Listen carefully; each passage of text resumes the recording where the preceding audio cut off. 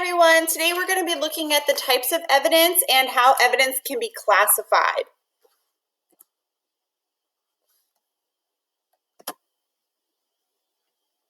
First off, let's take a look at Dr. Edmond Locard. He is known as the father of forensics. He established the very first forensics laboratory in 1910 in Lyon, France. He also established and is known for the Locard's exchange principle. This principle states that when a person comes into contact with an object or another person, a cross-transfer of physical evidence can occur. The exchange materials indicate that the two entities were indeed in contact. This evidence is going to bear a silent witness to the criminal act. And then the intensity, duration, and nature of the entities in contact determine the extent of the transfer. So really, if you have something, maybe someone's fingers just like brushed along the countertop, well, there could be like slight or partial fingerprints there that you could lift and use that as evidence. Whereas you might have someone's complete hand, maybe it was like stepped on top of the counter for whatever reason, why someone's standing on the counter, I don't know. But so their whole handprint might be on the countertop. So their entire like whole set of fingerprints, full complete fingerprints, would be a little bit more intense there. And so you would be able to get those full fingerprints there. Forensics is really built upon Locard's exchange principle because it's establishing that the cross-transfer has created evidence. It's also establishing evidence to solve crimes.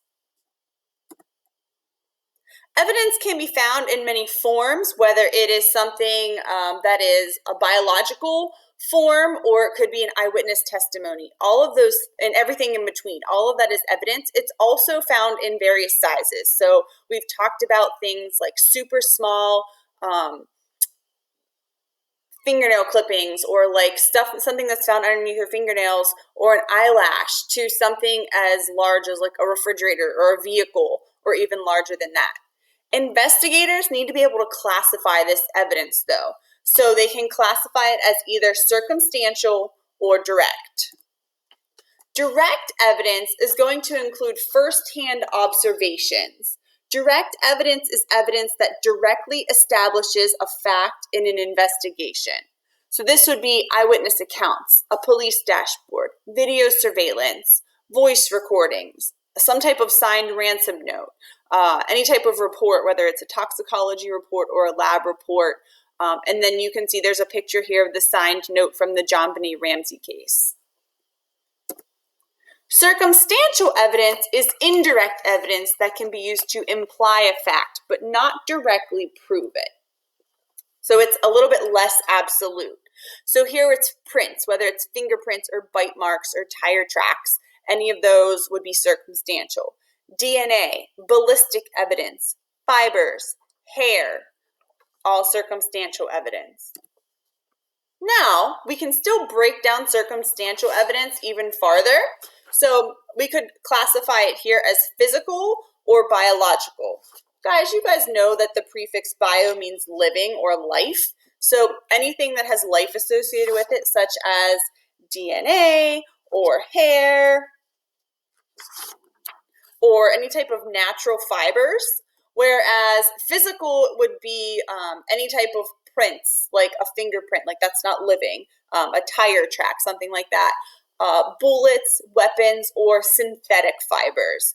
Synthetic fibers would be like not natural. So like you have synthetic fibers in your clothing. Like not all of that is made from like cotton you just picked outside.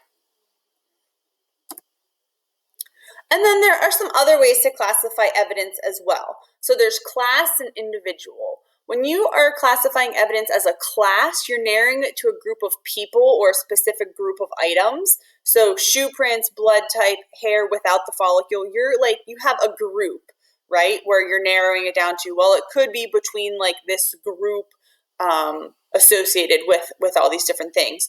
Or you have individual, where you're really focusing in on one suspect here. Or one victim, depending upon what you're looking at here. So this would be like using DNA or hair with the follicle or fingerprints to further kind of pursue this one individual. All right, you're going to use this information to help with seminar 4B this week. If you have any questions, please reach out to me and ask for help.